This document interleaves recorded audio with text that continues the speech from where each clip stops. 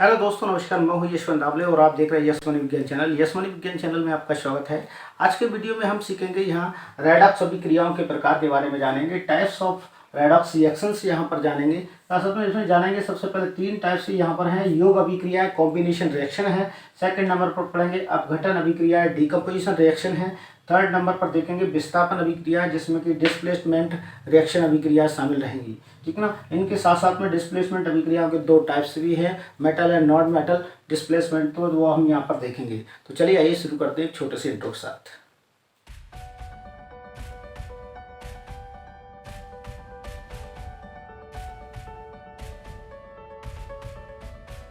Redox अभिक्रियाओं के प्रकार में सबसे पहले हम यहाँ योग अभिक्रिया के बारे में जानेंगे। योग का मतलब होता है कॉम्बिनेशन या एडिशन रिएक्शन जी कहलाती है। एडिशन रिएक्शन या योग अभिक्रियाओं की मुख्य कंडीशन जो होती है कि इन रिएक्शन अभिक्रिया में जो भी रिएक्टेंट होते हैं या अभिकारक, जो भी रिएक्टेंट होंगे या अभिकारक होंगे जो पार्टिसिपेट करते हैं, उनमें से कोई एक तो एलिमेंट के रूप में मौजूद सकता है, या दोनों ही तत्व एलिमेंट के रूप में मौजूद सकते हैं, या दोनों में से कोई एक एलिमेंट के रूप में मौजूद हो सकता है। यहाँ पर ये क्रिया इसी के बेस पर है। तो चलिए हम यहाँ देख लेते हैं, उदाहरण के तौर पर इसे समझने का प्रयास करते हैं। सबसे पहले यहाँ पर कार्बन, ठीक, कार्बन यौगिक वास्तव में एक प्रकार से तत्व के रूप में मौजूद है, और ऑक्सीजन भी यहाँ भी एक तत्व के रूप में मौजूद है। यहाँ तत्व के रूप में मौजूद है तो उनकी ऑक्सीडेशन नंबर आपको 0 लिखना है। ठीक ना, 0 ही इनकी ऑक्सीडेशन नंबर होंगे, अर्थात इसकी ऑक्सीकरण अवस्था होगी वो कैसी होगी, 0 होगी। हम थोड़ा दूर लिखेंगे ताकि हमें लिखने में असुविधा ना हो। ठीक है, तो इसका ऑक्सीडेशन नंबर 0 होगा, इसका भी ऑक्सीडेशन नंबर कैसा होगा, 0 होगा। जब हम एरो लगाकर इन्हें कार्बन को जब गर्म कराते हैं अर्थात उसे जलाते हैं, यहाँ कंडीशन आप देख रहे हैं किस प्रकार से, दोनों के ऊपर मैंने 0 लिखा है। 0 से तात्पर्य होगा यहाँ पर आप ऑक्सीकरण संख्याएं ये हैं, ठीक, और दोनों ही कैसी हैं, 0 हैं। ये तत्वों की ऑक्सीकरण संख्या रहेगी, तत्व जो भी रहेगा सिंगल में तो उसकी ऑक्सीकरण संख्या 0 रहेगी। जब यहाँ पर आपस में रिएक्ट करते हैं, रिएक्ट करने के पश्चात यहाँ पर बनता है कार्बन डाइऑक्साइड। ये कार्बन डाइऑक्साइड जब बनता है तो कार्बन डाइऑक्साइड बनते समय यहाँ पर इसमें ऑक्सीकरण अवस्थाएं चेंज हो जाती हैं।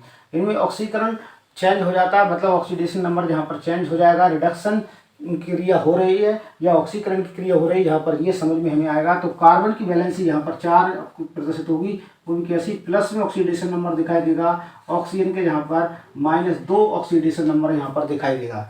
आप यदि ज्ञात करना चाहें तो इनकी निकल भी सकती है। हमने ये किस प्रकार से लिख दिया है आपको ये पता होना बहुत जरूरी होता है। ठीक ना। तो कार्बन है यहाँ पर अपने 4 इलेक्ट्रॉन को पहली बार तो ये देता नहीं है, लेकिन वास्तव में क्या है, ऑक्सीजन ऋण विद्युतीय तत्व है। ऑक्सीजन ऋण विद्युतीय तत्व होने के कारण कार्बन से इलेक्ट्रॉन के बॉन्ड को अपनी ओर खींच लेता है। यहाँ पर इस प्रकार की कंडीशन होती है कि, और ये इलेक्ट्रॉन बॉन्ड जो इनके बीच में सहसंयोजी बंध के रूप में बैठे हुए हैं, जो इलेक्ट्रॉन के बॉन्ड थोड़े से ऑक्सीजन की ओर खिंचाव महसूस करते हैं, क्योंकि ऑक्सीजन वास्तव में देखा जाए तो कार्बन से भी अधिक ऋण विद्युतीय तत्व है, जिसके कारण ये बॉन्ड होते हैं ऑक्सीजन की ओर खिंचाव महसूस करते हैं, जिसके कारण ऑक्सीजन पर क्या आ जाता है, ऋणावेश आ जाता है, और यहाँ पर क्या आ जाता है, धनावेश आ जाता है। तो यहाँ पर 4 पॉजिटिव चार्ज में दिखेगा, और यहाँ पर होगा 1 ऑक्सीजन पे 2 ऋणावेश होगा। ठीक ना, इसीलिए यहाँ पर कंडीशन हमने इस प्रकार से लिख दी है, आप ये समझ सकते हैं। ठीक ना। तो यहाँ पर इनकी ऑक्सीकरण संख्या भी ऊपर लिखी गई है। तो ये वास्तव में रेडॉक्स अभिक्रियाएं हैं, और रेडॉक्स अभिक्रियाएं वास्तव में हम यहाँ पर रेडॉक्स अभिक्रियाओं के प्रकार देख रहे हैं। तो योग अभिक्रिया में यहाँ पर रेडॉक्स अभिक्रियाओं के ऊपर हमने इनमें रिडक्शन और अपचयन की संख्या भी यहाँ पर लिखी, कितनी यहाँ पॉजिटिव चार्ज आएगा या नेगेटिव चार्ज आएगा, वो हमने यहाँ पर क्लियर कर दिया है। आगे देखते हैं और उदाहरण हम यहाँ पर लेंगे। CH4 का उदाहरण हम यहाँ पर लेंगे। ठीक है ना। CH4 को वायु की उपस्थिति में गर्म किया जा रहा है, दहन किया जा रहा है। जब इसको दहन करेंगे हम तो क्या होगा, और दहन करने से पहले क्या था, यहाँ पर हम ये क्लियर देख लेंगे। ऑक्सीजन तो यहाँ पर तत्व के रूप में मौजूद है, तो यहाँ पर इसकी अणु के रूप में मौजूद है, तो ये तो रहेगा 0, आप इसे 0 लिख सकते हैं। ठीक, यहाँ पर लिख देंगे 0। यहाँ देखिए 4 हाइड्रोजन जुड़े हैं और एक कार्बन से 4 हाइड्रोजन जुड़े हैं, तो कार्बन की ऋण विद्युतता हाइड्रोजन से ज़्यादा है, तब हम इसे कह सकते हैं -4। ठीक, और हाइड्रोजन को लिख सकते हैं +1। ठीक, यहाँ पर हम हाइड्रोजन को +1 लिखेंगे।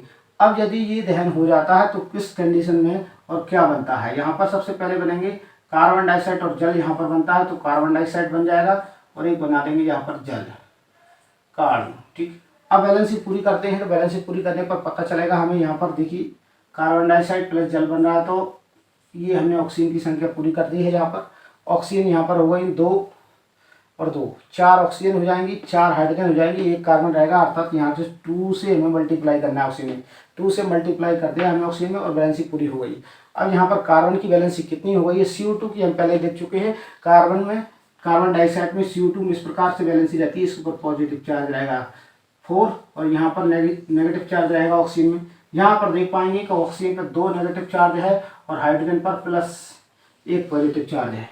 तो यहाँ पर आपको ऐसा देखने को मिलेगा। तो इस प्रकार से योग अभिक्रिया आपकी कंप्लीट हो जाएगी। ठीक है, रेडॉक्स अभिक्रिया में योग अभिक्रियाओं के उदाहरण आप इनमें दे सकते हैं। ठीक है, नेक्स्ट में चलते हैं, अपघटन अभिक्रिया देख लेते हैं। अपघटन अभिक्रिया क्या होंगी, डिकम्पोजिशन रिएक्शन यहाँ पर मिलेंगी। तो डिकम्पोजिशन रिएक्शन या अपघटन अभिक्रिया यहाँ पर देखेंगे सेकंड नंबर पर हम। तो सबसे पहले अपघटन अभिक्रिया के बारे में बता देता हूँ। अपघटन अभिक्रिया जस्ट देखा जाए तो योग अभिक्रिया की या कॉम्बिनेशन या एडिशन रिएक्शंस के जस्ट अपोजिट होती हैं, उनके विपरीत होती हैं। बट आपको ये ध्यान रखना है कि जो भी प्रोडक्ट बन रहा है उस प्रोडक्ट में कम से कम एक तत्व का होना आवश्यक है, एक तत्व का होना जरूरी है। अगर उसमें कोई तत्व पार्टिसिपेट नहीं कर रहा है, तत्व नहीं बन पा रहा है, तो वह वास्तव में एक रेडॉक्स रिएक्शन नहीं कहलाएगी। ये भी आपको नोटिस कर रखना है, ठीक ना, विशेष रूप से ध्यान रखना है। तो मुख्य बात यह सबसे पहले हम देखते हैं अपघटन अभिक्रिया में। अपघटन अभिक्रिया का एक उदाहरण हम यहाँ पर लेते हैं। चलिए, तो जल का उदाहरण हम यहाँ पर ले रहे हैं। ठीक, तोड़ने की कोशिश करते हैं, जल के अणुओं को अलग अलग करने की कोशिश करते हैं। तो यहाँ पर हमें पाते हैं कि एक तो हमारे पास H2 बनता है, दूसरा बनता है ऑक्सीजन।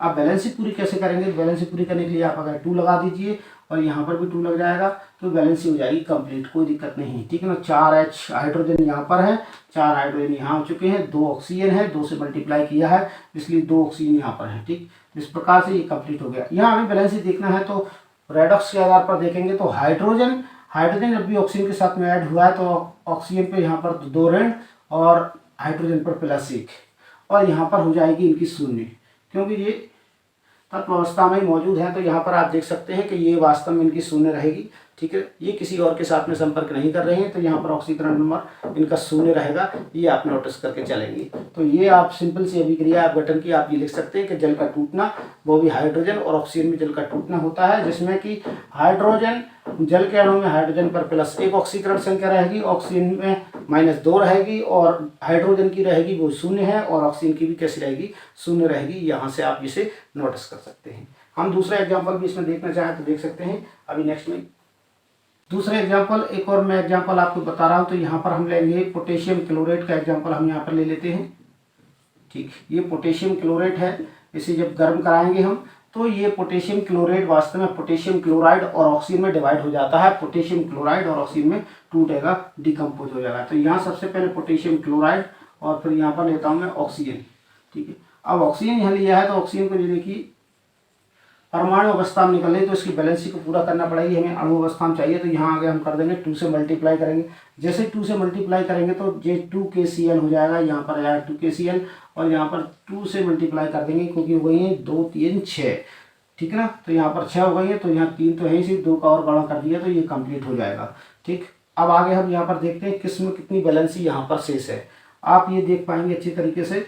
ऑक्सीजन यहाँ पर, ऑक्सीजन पर 2 ऋणावेश है और 2 ऋणावेश साथ साथ में कितनी ऑक्सीजन है यहाँ पर 3 ऑक्सीजन है। तो यहाँ पर 3 ऑक्सीजन में 2 का गुणा करेंगे कितने माइनस हो जाएंगे, हमारे पास ऑक्सीजन के ऋणावेशों की संख्या हो गई 6। ठीक है, अब पोटेशियम की संख्या यहाँ पर कितनी है, पोटेशियम के ऊपर 1 धनावेश है पॉजिटिव चार्ज में। ठीक है, तो 6 पॉजिटिव चार्ज यहीं पर हैं, ये पॉजिटिव चार्ज नेगेटिव चार्ज यहीं पर हैं। आप इसे देख सकते हैं कि 2 ऋणावेश 1 ऑक्सीजन पर हैं, तो 3 ऑक्सीजन पर कितने ऋणावेश होने चाहिए, टोटल नंबर ऑफ ऋणायन 6 ऋणायन होने चाहिए। और धनायन को किसके पास है, धनायन केवल पोटेशियम के पास है, वो भी कितना 1। यहाँ पर से +1 माइनस कर दीजिए तो ऋण के बचेंगे 5। जो ऋण 5 जो संख्या आएगी यहाँ पर आप देख रहे हैं प्लस जो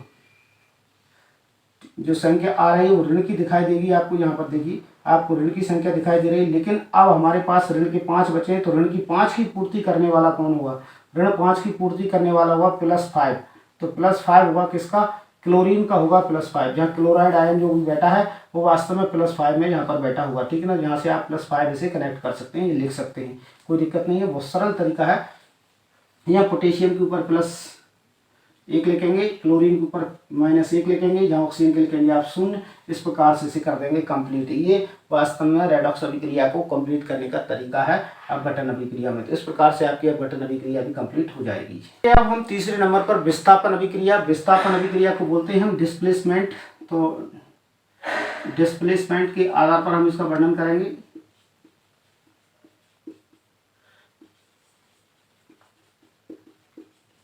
डिस्प्लेसमेंट रिएक्शन। डिस्प्लेसमेंट का मतलब होता है प्लेस को चेंज कर। कोई अधिक सक्रिय है मेटल तत्व तो कम सक्रिय धातु तत्व को वहां से विस्थापित कर देता है, हटा देता है। तो इसका सीधा सीधा एग्जांपल हम कॉपर सल्फेट की घोल पर लेंगे, जिसमें जस्ते की पट्टी हम डाल सकते हैं। तो वहां पर इसका उदाहरण हम देख सकते हैं कि जिंक कॉपर को उसके स्थान से विस्थापित कर देता है। तो यहाँ पर उदाहरण लेंगे। सबसे पहले हम देखिए CuSO4 कॉपर सल्फेट का विलयन है, AQ रूप में रहेगा, अर्थात एक्वस रूप में फॉर्म में रहेगा, ये एक्वस फॉर्म में। और जिंक Zn है, ये सॉलिड फॉर्म में मौजूद है।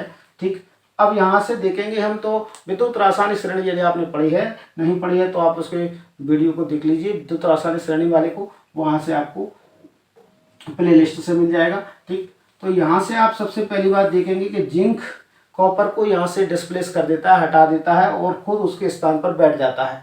तब जाकर यहाँ पर बनता है ZnSO4 और कॉपर को यहाँ से विस्थापित कर दिया गया है। कॉपर आ जाएगा ठोस फॉर्म में, सॉलिड फॉर्म में, और ये आ जाएगा एक्वस फॉर्म में जिंक। तो यहाँ पर हुआ क्या है, पूरी कहानी हमें देखना पड़ेगी कि किस प्रकार से यहाँ पर किसका ऑक्सीकरण हुआ और किसका अपचयन हुआ, किसके पास कितनी अवस्था में क्या था। यहाँ पर हम पूरी जानकारी देखते हैं। तो देखिए सबसे पहले ऑक्सीजन की संख्या अपन देख लेते हैं। ऑक्सीजन पर हमें पता है कि 2 ऋणावेश ऑक्सीजन के पास होते हैं। तो ऑक्सीजन के पास 2 ऋणावेश है, तो ऑक्सीजन में कितने का गुणा हो रहा है, 4 का। तो ऋणायन की संख्या कितनी हो गई है ऑक्सीजन पर, टोटल इस सूत्र में ऋणायन की संख्या हो गई है टोटल 8, आपको दिखाई दे रही होगी। अब 8 में से 2 चले जाएंगे कॉपर पर धनावेश के रूप में। ठीक है, 2 किस पर चले गए, कॉपर पर चले गए धनावेश के रूप में। तो 2 पॉजिटिव चार्ज अपन घटा दो। अब हमारे पास कितने बचे, 6 माइनस। तो 6 माइनस की बैलेंस ही कौन पूरी करेगा। अब यहाँ पर तो बचा है सल्फर। तो सल्फर यहाँ पर 6 माइनस को संतुलित करने के लिए 6 प्लस यहाँ पर दर्शाएगा, अर्थात 6 प्लस n यहाँ पर ऑक्सीकरण संख्या दर्शाएगा। तो यहाँ पर इसकी 6 ऑक्सीकरण संख्या रहेगी। तो इस प्रकार से आप कैलकुलेट करके इसे लिख सकते हैं। जिंक यहाँ पर लिखोगे आप 0 लिख दोगे, कोई दिक्कत नहीं है, क्योंकि तत्व रूप में मौजूद है। तो जिंक को आप लिख दोगे 0। इसके बाद हम यहाँ पर देखेंगे नेक्स्ट में कि जिंक की अवस्था चेंज हो चुकी है, जिंक सल्फेट आयन बन चुका है। ठीक ना, सल्फेट में तब्दील हो गया है जिंक सल्फेट में, और वो जलीय विलयन में घुल चुका है। तो यहाँ पर किस प्रकार से इसकी कंडीशन रहेगी, यहाँ सेम कंडीशन हमने देखी है कि ऑक्सीजन के ऊपर तो 2 लगा हुआ है और 4 ऑक्सीजन है। तो यहाँ पर कितना हो जाएगा, 8 ऋणायन हो जाएंगे। ये 2 का गुणा 4 में करेंगे तो 8 ऋण के आयन आ जाएंगे। जिंक पर जब चले जाएंगे 2 पॉजिटिव चार्ज, क्योंकि जिंक 2 धनावेशित होता है। आपको ये ध्यान रखने वाली बात है कि जिंक 2 धनावेशित होता है। ठीक है, आपको याद करना पड़ेगा। अब यहाँ पर ध्यान रखिए कि 2 पॉजिटिव चार्ज को हम यहाँ से कैलकुलेट करते हैं तो 6 माइनस के चार्ज निकल कर आते हैं। 6 माइनस चार्ज और शेष बचा है, इसको पूरा करने के लिए पॉजिटिव चार्ज की आवश्यकता है। तो सल्फर यहाँ पर मौजूद है, तो सल्फर के ऊपर यहाँ पर 6 पॉजिटिव चार्ज आ जाएगा। ठीक है, तो सल्फर यहाँ पर क्या बताएगा, 6 पॉजिटिव चार्ज के रूप में सल्फर यहाँ पर बैठा होगा। तो सल्फर के ऊपर आ जाएगा 6 पॉजिटिव चार्ज। और यहाँ पर इसमें कॉपर के ऊपर ये 2 पॉजिटिव चार्ज थे, वो जो 2 पॉजिटिव चार्ज थे वो हट जाएंगे और जहाँ जाएगा 0। क्या होगा, यहाँ पर ये हुआ है, वास्तव में आप देख पाएंगे हुआ क्या था। यहाँ जिंक धनायन ने 2 इलेक्ट्रॉन दिए हैं किसी कॉपर को, किसे इलेक्ट्रॉन दिए हैं, कॉपर को 2 इलेक्ट्रॉन यहाँ पर दिए हैं। ये देखिए 2 इलेक्ट्रॉन दे रहा है, जिंक यहाँ पर देगा। और कंडीशन क्या होगी, जिंक जैसे 2 इलेक्ट्रॉन देता है तो 2 इलेक्ट्रॉन देने के बाद ये जिंक कॉपर तो बन जाएगा इस प्रकार से सॉलिड में, और जिंक तब्दील हो जाएगा इस प्रकार से आयन अवस्था में। ये बन जाएंगे आयन अवस्था में और ये हो जाएंगे सॉलिड। इस प्रकार से आप देख पा रहे हैं। तो ये एक प्रकार की अभिक्रिया है जो कि धातुओं में विस्थापन की अभिक्रिया को प्रदर्शित करने का कार्य करती है। तो यहाँ पर आप समझ गए होंगे ये धातुओं में विस्थापन अभिक्रिया का उदाहरण है। ठीक है, आपको कहीं रिडक्शन जो ऑक्सीडेशन नंबर निकालने में प्रॉब्लम आती है तो आप मुझे कमेंट बॉक्स में लिख सकते हैं। मैं आपकी क्वेरी को 24 घंटे के अंदर सॉल्व करने का प्रयास करूंगा, क्वेश्चन का आंसर देने का पूरा प्रयास करूंगा। आगे हम देख लेते हैं एक आधातु, ये धातुओं के ऊपर है, धातु विस्थापन अभिक्रिया में दिया गया है रेडॉक्स अभिक्रिया के अंतर्गत। यहाँ पर आप देखेंगे आधातुओं में विस्थापन अभिक्रिया किस प्रकार से हो सकती हैं। अधातुओं और धातुओं में विस्थापन अभिक्रिया को देखने के लिए हम यहाँ समय ज़्यादा लंबा हो रहा है तो यहाँ 19 मिनट के समथिंग कंप्लीट टोटल हो गया, वीडियो लंबा होगा वीडियो, इसीलिए मैं इसे यही रोक रहा हूँ। और कल नेक्स्ट वीडियो में आपको धातु और अधातु का साथ में जो विस्थापन होता है उसे हम बताएंगे, ठीक ना। उस पर एक पूरा टॉपिक है क्लियरली, ठीक। तो आज के वीडियो में इतना ही। हर बार की तरह कहना चाहेंगे यदि आप हमारे चैनल पर हैं और अभी तक यदि आपने चैनल को सब्सक्राइब नहीं किया तो प्लीज़ सब्सक्राइब बटन को प्रेस कर दीजिएगा, बेल आइकन को प्रेस करना ना भूलें। बेल आइकन जैसे ही आप प्रेस करेंगे वीडियो अपलोड होते ही उसका नोटिफिकेशन आप तक पहुंच जाएगा। वीडियो अच्छा लगता है तो लाइक जरूर कीजिएगा, दोस्तों के साथ में शेयर कीजिए।